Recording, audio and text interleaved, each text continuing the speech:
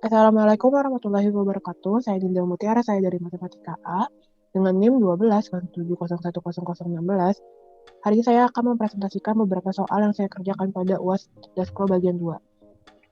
Jadi soal pertama yang saya pilih adalah menghitung luas segitiga jika ditampilkan sisi alas, tinggi, dan luasnya. Di sini ada dua, yaitu yang pertama adalah dimasukkan oleh programmer, sama ada yang dimasukkan oleh user. Yang pertama, alas dan tinggi langsung disimpan di variabel. Ini dimasukkan oleh programmer. Nama programnya itu luas underscore segitiga, sesuai dengan kaidah penamaan dari algoritma. Yaitu nggak ada bentuk lain selain underscore dan tidak didahului oleh angka. Lalu deskripsinya adalah menghitung luas segitiga dan menampilkan hasilnya. Pada kamus ini merupakan variabel-variabel yang akan digunakan nanti saat memerintahkan suatu program. Yang pertama ada A, ada T, dan ada L. Itu nilainya adalah integer atau tipe data integer. Itu bilangan bulat. Alasnya A ini adalah menggambarkan alas, T ini tinggi, L ini adalah luas. Lalu algoritmanya A 10. A itu dimasukkan variabel A diisi oleh angka 10. Jadi A itu bernilai 10. Lalu T, variabel T dimasukkan angka 5. Jadi T itu berisi angka 5. Lalu luas L. L ini dimasukkan dengan rumus, yaitu alas ini kali, artinya alas kali tinggi dibagi 2. Jadi kita bisa hitung, jadi rumusnya itu kayak rumus segitiga biasa ya, untuk mencari luas segitiga biasa. Kita gambarkan dengan program. Tuh, menjadi seperti ini. Lalu outputnya nanti ada alas bernilai A. Lalu tingginya bernilai T dan luasnya bernilai L. Jadi semuanya angkanya nanti keluar saat diperlukan. Ini kalau kita hitung manual seperti biasa ya, A-nya itu 10. Terus dikali T-nya 5 dibagi 2. Bernilai 25. Luasnya. Jadi jika dikeluarkan itu adalah alasnya bernilai A-nya itu adalah 10. Lalu tingginya bernilai T-nya itu adalah 5. Lalu luasnya bernilai L-nya itu tadi 25. Nah, jadi nanti saat keluarnya itu seperti ini. Kurang lebih seperti ini. Jadi pada saat diprogramnya itu keluarnya seperti itu. Jadi dia keluarnya seperti itu.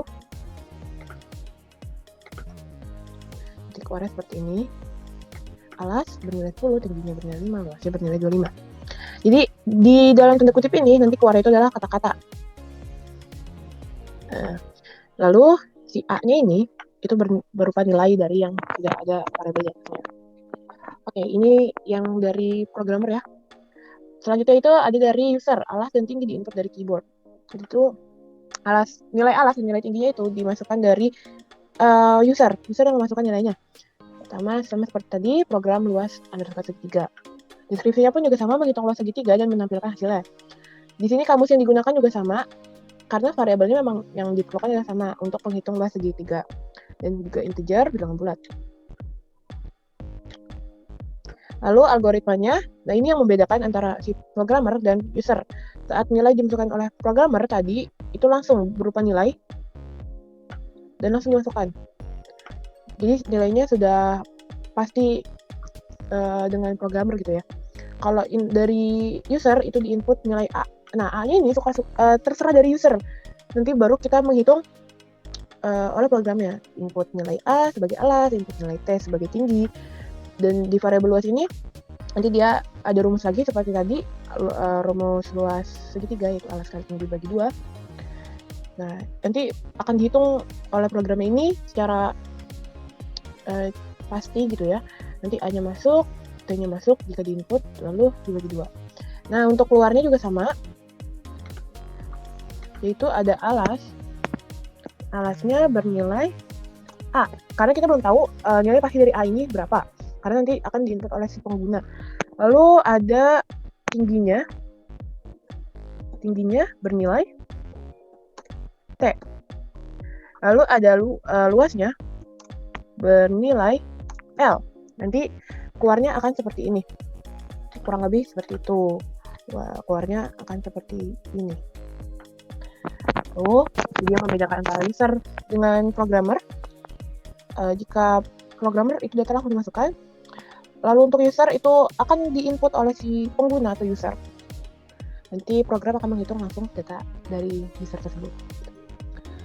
Itu buat nomor pertama. Selanjutnya itu ada nomor 2. Nomor 2 ini yang saya ambil adalah buatlah program untuk menentukan jenis segi 4 apakah bujur sangkar atau bukan. Panjang dan lebar bujur sangkar dimasukkan dari keyboard. Jenis segi 4 ditampilkan di layar. Jadi di sini ada program yang untuk menentukan dari jenis segi 4.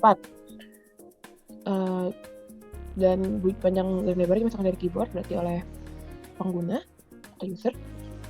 Lalu jenis segi 4 ditampilkan di layar, berarti hasilnya itu akan ditampilkan di layar seperti tadi outputnya. Jadi pertama program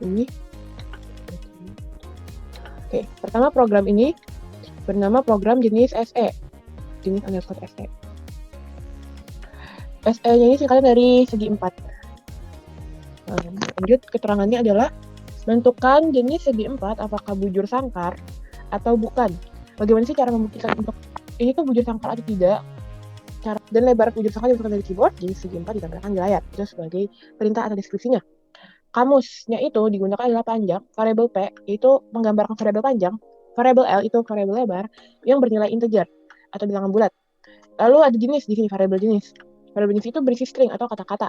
String itu berupa suatu kata yang mungkin menjelaskan atau mendeskripsikan sesuatu yang diperlukan untuk datanya nanti.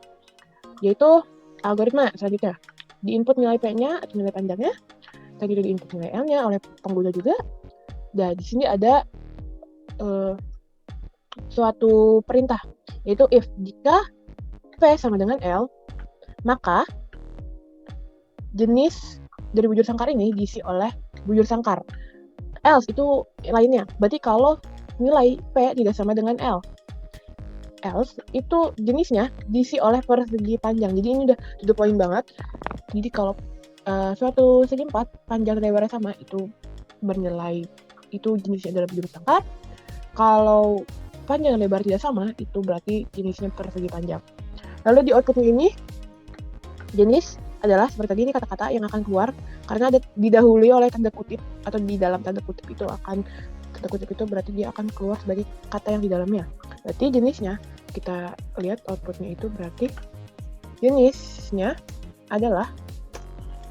itu tadi koma jenis. Misalnya pengguna ini memasukkan nilai panjang dan lebar itu sama, berarti jenisnya adalah bujur sangkar. Sedangkan jika jenisnya ini ternyata panjang dan lebar yang dimasukkan oleh pengguna atau user itu tidak sama, berarti jenisnya adalah persegi panjang. Gitu. Nah, ini jadi hasilnya itu seperti ini. Jenisnya adalah bujur sangkar keluarnya, atau jenis adalah persegi panjang. Itu dari yang tadi. Oke, ada soal ketiga yang saya pilih adalah menyimpan nama-nama siswa dalam variabel array. Nama dimasukkan dari keyboard. Berarti ini oleh user, nilai-nilai yang dimasukkan atau nama-namanya. Jika jumlahnya 20 saja, saya memilih ini. Jika jumlah siswanya hanya 20 saja. Yang pertama, programnya dinamakan program nama 20 siswa. Oke. Deskripsinya adalah menyimpan nama-nama siswa dalam variabel array. Nama dimasukkan dari keyboard jika jumlah 20 saja. Kamusnya, di kamus ini saya menggunakan array karena diminta dalam variabel array. Jadi yang saya gunakan adalah nama merupakan variabel array dari array yang berisikan 0 sampai 19. Jadi kotaknya ini ada 20 kotak sesuai dengan yang diminta, yaitu jumlahnya 20 saja. Mengapa ini saya gunakan dari 0 sampai 19? Memang di Python ini aturannya itu dimulai dari angka 0. Jadi kotak pertama itu adalah nama 0. Selanjutnya itu baru nama 1, nama 2, nama 3, dan seterusnya. Dan tipe datanya ini adalah string karena mereka suatu kata ya, jadi ini string. Lalu untuk algoritmanya atau perintahnya, nama tanda kotak ini ya, tanda kurung kotak, ini menandakan array. Jadi nama itu merupakan array di sini. Saya menandakannya dengan itu. Lalu untuk for, ini menggunakan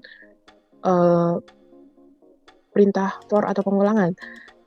Soal 3 ini merupakan contoh soal pengulangan yaitu for. For i. Nah, i ini variabel baru yang akan menggambarkan si array-nya. Jadi for i 0 to 19 seperti ini tadi. Sama kok. Ini sama. Input nama i, berarti dimulai dari 0 dong. Ini akan terus berulang sampai dari 0 sampai 19. Lalu nanti di output variabel array nama, nanti akan keluar semua dari 20 nama tersebut. Oke, saya gambarkan ya di sini. Saya punya suatu kotak. Itu menggambarkan satu array. Array dari 0, ini namanya array. Ini namanya array nama.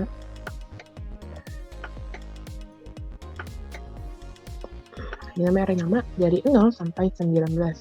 Sini array ke 19. Jadi untuk bagaimana sih cara kerjanya gitu ya? Kalau yang masih bingung. Jadi saya akan menjelaskan. Di sini pertama kan for i 0 to 19. Input nama i. Dan ini terus berulang sampai 20 kali agar 20 nama itu masuk. Pertama berarti ini input nama i. Berarti nama 0 dulu dong pertama. Nama 0 berapa? Baru dimasukkan oleh pengguna. Selanjutnya akan berubah terus jadi nama 0. Ini untuk memanggil dari array, nama array tersebut ya. Karena ada 20. Jadi nama array itu dipanggil dengan seperti ini. Nama 0. Nah, ini cara memanggil array-nya sesuai bilik gitu. Input nama 0 dan seterusnya ini kotak ini yang di dalam kotak ini. Yang di dalam kotak ini akan terus berganti sampai ke 19. Gitu. Cara kerja dari array ini. Jadi bisa masukkan 20 nama dengan cepat tanpa perlu membuat variabel sebanyak 20 kali gitu. Jadi ini hanya perlu satu variabel. Variabelnya variabel array. Pakai pengulangan juga. Tapi yang digunakan di sini pengulangannya bukan for, yaitu while. Jadi apa bedanya sih antara while sama for gitu? Sama-sama pengulangan kan. Jadi kalau untuk for ini pengulangan yang pasti. Kalau tadi dilihat itu ada 0 sampai 19. Jadi itu udah pasti akan mengulang sebanyak 0 sampai 19, yaitu 20 kali. Kalau untuk while itu tidak diketahui pasti berapa kali pengulangannya, tapi dia diberi tanda. Jadi kayak kalau udah sampai sini kamu harus berhenti. Itu baru penggunaan while. Jadi misalnya kalau tadi kan kalau for itu for 1 to 19. Kalau untuk while itu misalnya while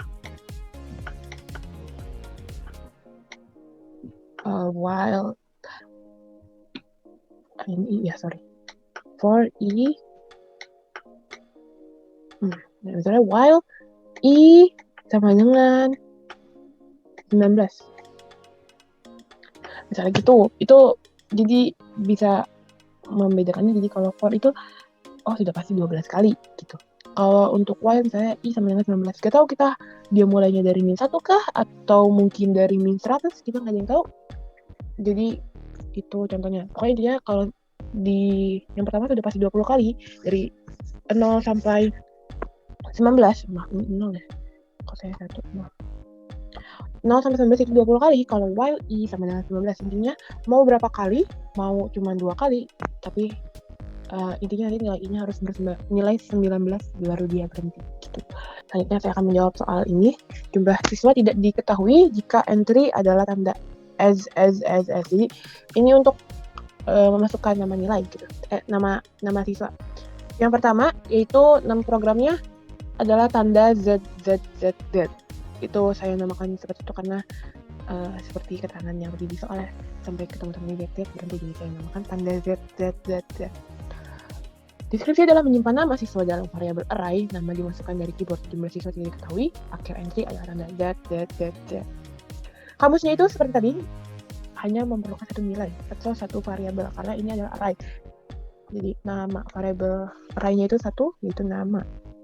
Variabel ini merupakan variabel array. Jadi variabel dulu adalah variabel nama. Variabel ini tipenya adalah variabel array gitu. Nah, array-nya ini nggak tahu berapa nilainya karena di sini diberitahu bahwa jadi diberitahu kalau jumlah siswa tidak diketahui. Berarti itu terserah si user ya. Mau berapa nilainya atau mau berapa banyak datanya itu sama user. Makanya saya isi di sini n sampai tidak tentu gitu ya. Of string datanya ini bernilai kalimat atau kata. Lalu algoritmanya yang pertama ada nama menandakan array. Lalu i-nya itu bernilai 0. Kenapa i diisi 0? Nanti kita lihat di bawahnya kenapa harus i diisi oleh 0. While nama tidak sama dengan z. Input nama i. Nama i ini menggambarkan tadi yang seperti saya gambarkan, itu menggambarkan bilik ya. Di bawahnya baru i dimasukkan oleh rumus i plus 1. Dan nanti outputnya itu nama, berarti semua namanya akan keluar. Dan saya akan menggambarkan cara kerjanya ya. Yang pertama, ini diabaikan dulu, nanti akan saya jelaskan lagi. Ini while nama tidak sama dengan z. Misalnya, dimasukkan nama Dinda. Masukkan ke variabel nama.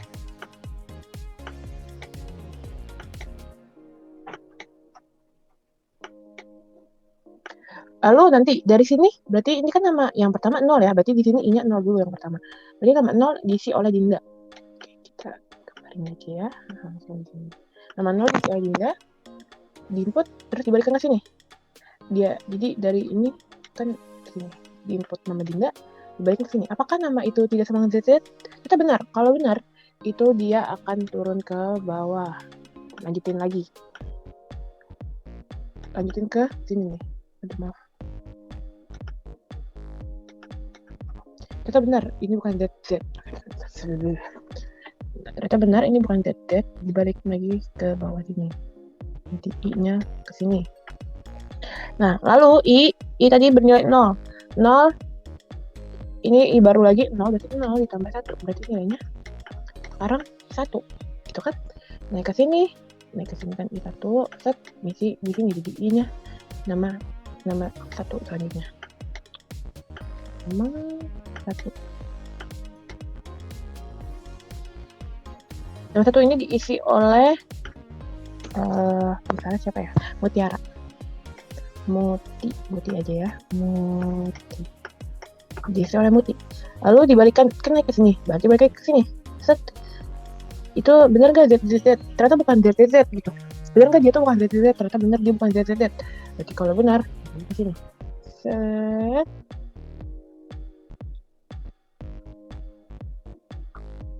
Sudah. Lalu lanjut lagi dengan nama 2 dan seterusnya sampai kalau nama ZZZ baru dia berhenti. Jadi tadi saya salah. Saya lupa memasukkan input selanjutnya. While nama sama dengan ZZZ itu di tab lagi dimasukin ke dalam lagi yaitu output nama. Jadi itu sebagai tanda untuk keluar. Jadi harusnya ini di sini. Itu. Jadi saya ada kekeliruan saya tidak mengulang atau mengoreksi lagi. Itu dari saya, kurang lebihnya mohon maaf. Maaf jika ada salah-salah kata ataupun tadi salah pengerjaan ya. Mohon untuk koreksinya dan semoga ilmu yang saya pelajari di semester ini bermanfaat dan Wassalamualaikum warahmatullahi wabarakatuh.